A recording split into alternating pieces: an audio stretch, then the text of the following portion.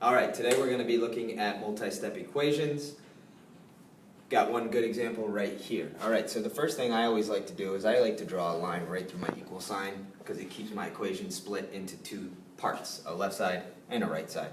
So we're going to go through our order of operations, and the first thing we have to do is think about PEMDAS. P means parentheses, we have that right here.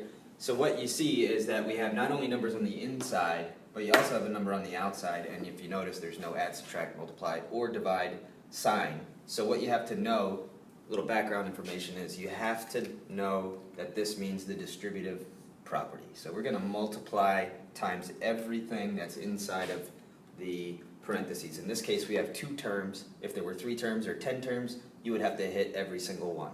Alright, 5 times x is 5x. And 5 times negative 3 is negative 15. Now over here we don't have any operations to do, so I'm just going to bring those straight down.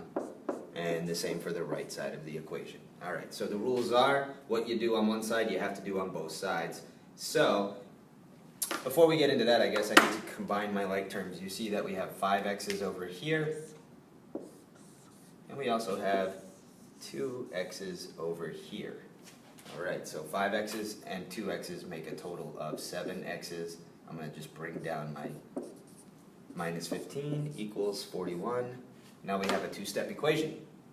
So, as I was saying a moment ago, we have to do the same thing on both sides in order to keep our equation balanced. And we're going to do the opposite, which we call the inverse operation. So if it's subtract 15, what we're actually going to do is add to balance that out. We call that a zero pair. Do the same thing on both sides. Okay, those cancel out. That leaves me 7x on this side.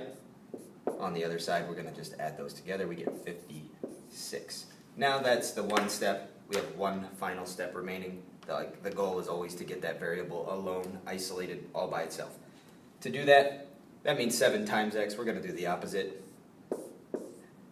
X is 56 divided by 7, which is 8. And of course, you can always check your answer by plugging it back up into the equation. 8 minus 3 would be 5. 5 times 5 would be 25. 2 times x would be 16. And if we've done it correctly, 25 plus 15 would in fact equal 48.